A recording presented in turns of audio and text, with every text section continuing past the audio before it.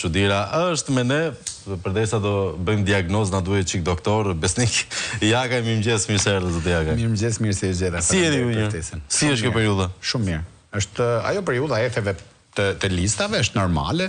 Gjithë njerëzit që janë të angazhuar politikisht, kanë ambicie politike dhe shthelbi i filozofisë politike që është karriera maksimale në politikë është parlamenti, kanë ato pak njësi, por listat janë kaq, numri është kaq, njerëzit duhet të jenë mirëkuptues, e kam po themi për gjithë ata që kanë pas vokacion opozitar në këto vite, duke quajtur siç është në të vërtetë qeveria Rama, narkoqeveri, një qeveri që shpopulloi vendin, ngriti çmimet, nuk ndryshoi rrogat e pensionit, nuk I rriti në raport qoftë me indeksim inflacioni, që detyroi shqiptarët të largohen masivisht e kolegët e mi masivisht, domethënë kemi diskutuar më 10 herë për largimin e bluzave të bardha, mjek, infermier, laborant, farmacist, nga Shqipëria, dhe në këto kushte qëllimi është largimi I kësaj narkoqeverie.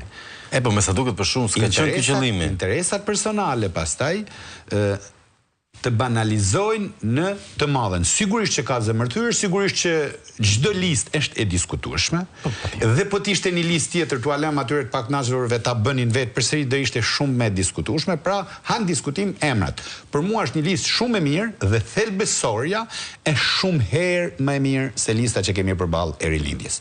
Me vite dritë në çdo aspekt, po na analizosh mund ta analizojmë 4 orë bashkë këtu, kokë në kokë, dhe I merr emër për emër dhe del me vite dritë më profesionale, më politike, më qytetare, me kapacitete, për të garantuar një qeverisje të ardhshme më të mirë, se në finale kjo nuk është qëllimi për të marrë një mandat deputeti një njeri dhe Shqipëria të vazhdojë të ecë në jetën në drejtimin drejt pasaportës europiane 2030. Është histori e bukur shumë, puna e pasaportës. Megjithatë, duam ta kuptojmë edhe ligjërisht se si do kandidojë zoti Meta për te analizës politike që do bëjmë me zotin Jaka. Kemi avokatin par excellence, dhe avokatin e zotit Meta nuk mund mungon të Genz Gjokuta. Mirëmëngjes.